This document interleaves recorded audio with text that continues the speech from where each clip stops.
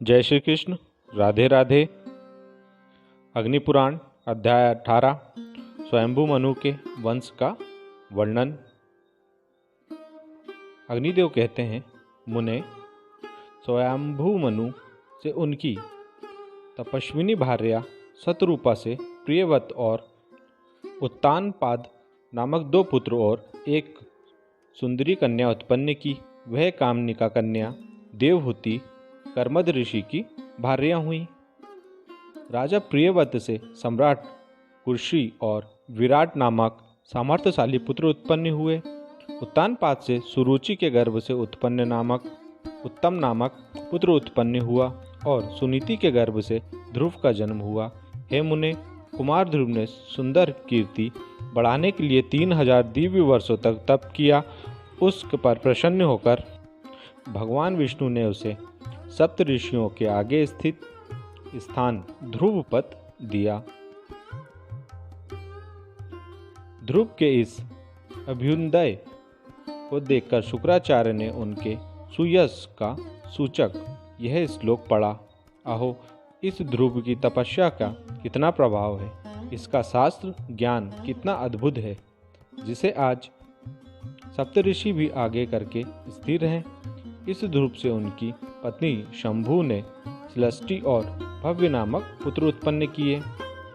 श्लष्टि से उसकी पत्नी सुच्छाया ने क्रमशः रिपु, रिपुंजय, पुष्य, वकल और वृकतेजा इन 5 निष्पाप पुत्रों को अपने गर्भ में धारण किया। रिपु के वीर से बृहति ने चक्षुण और सर्वतेजा को अपने गर्भ में स्थान दिया। चक्षुर वीरण प्रजापति की कन्या पुष्करिणी के गर्भ से मनु को जन्म दिया। मनु से नटबला के गर्भ से 10 उत्तम पुत्र उत्पन्न हुए। उनके नाम हैं उरु, पुरु, शतधुम्न, तपस्वी, सतवक, कवि, अग्निदुष्ट, अतिरात्र, सुधुम्न और अभिमन्यु।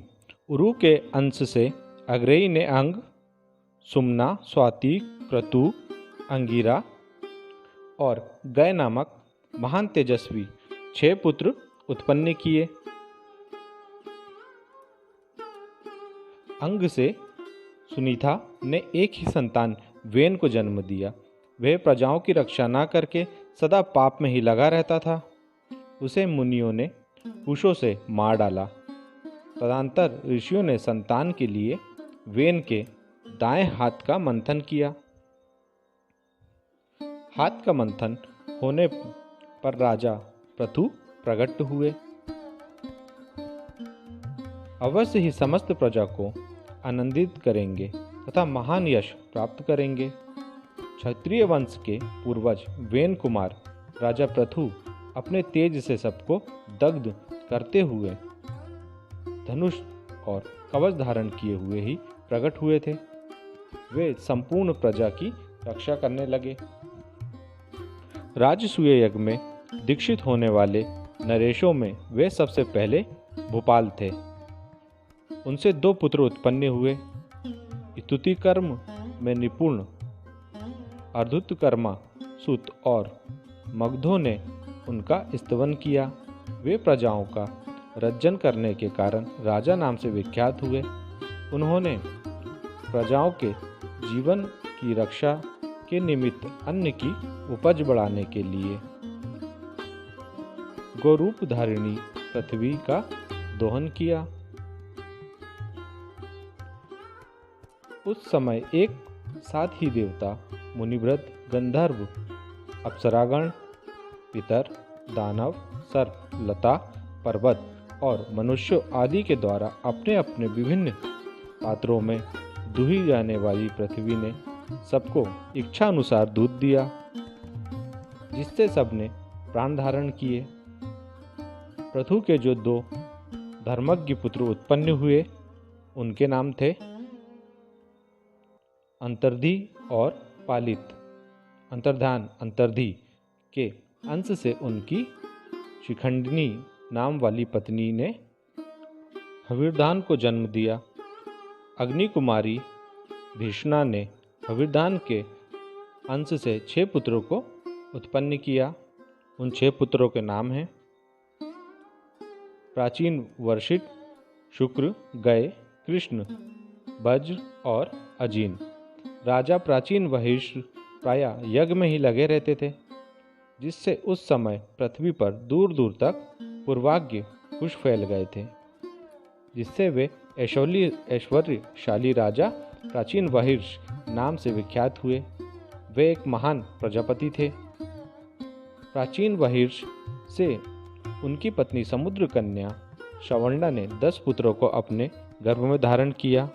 वे सभी प्रचेता नाम से प्रसिद्ध हुए और सब के सब धनुर्वेद में पारंगत थे। वे एक समान धर्म का आचरण करते हुए समुद्र के जल में रहकर 10,000 वर्षों तक महान तप में लगे रहे। अंत में भगवान विष्णु से प्रजापति होने का वरदान पाकर वे संतुष्ट हो जल से बाहर निकले।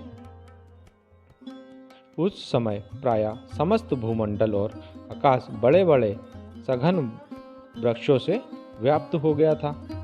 यह देख उन्होंने अपने मुख से प्रकट अग्नि और वायु के द्वारा सब वृक्षों को जला दिया। तब वृक्षों का यह संहार देख राजा सोम इन प्रचेताओं के पास आकर बोले, आप लोग अपना कोप शांत करें। ये वृक्षगण आपको एक मरीषा नाम वाली सुंदरी कन्या अर्पण करेंगे। ये कन्या तपस्वी मुनि कंडू के अंश से प्रमलोचा अप्सरा के गर्भ से प्रकट हुई है। मैंने ही भविष्य की बातें जानकर इसे कन्या रूप में उत्पन्न कर पाला पोसा है। इसके गर्भ से दक्ष उत्पन्न होंगे, जो प्रजा की वृद्धि करेंगे। प्रचेताओं ने उस कन्या को ग्रहण किया। तत्पश्चात उसके गर्भ से दक्ष उत्पन्न हुए। दक्ष से चर, अचर, द्विपद और चतुष्पद आदि प्राणियों की मानसिक सृष्टि करके अंत में बहुत सी स्त्रियों को उत्पन्न किया। इनमें से 10 को तो उन्होंने धर्मराज को अर्पण किया और 13 कन्याएं कश्यप को दी। 27 कन्याएं चंद्रमा को और 4 अरिष्टनेमि को, 2 बहुपुत्र को और 2 कन्याएं अरिंगा को दी।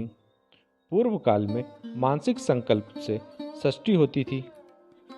उसके बाद उन दक्ष कन्याओं से मैथुन द्वारा देवता और नाग आदि प्रकट हुए।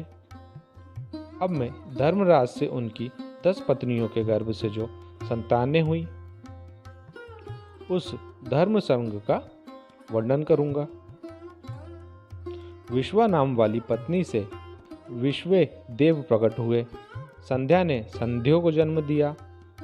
मरुतवती से मरुतवान और वसु से वासुगण प्रकट हुए। भानु से भानु और मुहूर्ता से मुहूर्त नामक पुत्र उत्पन्न हुए। धर्मराज के द्वारा लंबा से घोष नामक पुत्र हुआ और यामी नामक पत्नी से नागविधि नाम वाली कन्या उत्पन्न हुई। पृथ्वी का संपूर्ण विषय भी मरुत्वी से ही प्रकट हुआ।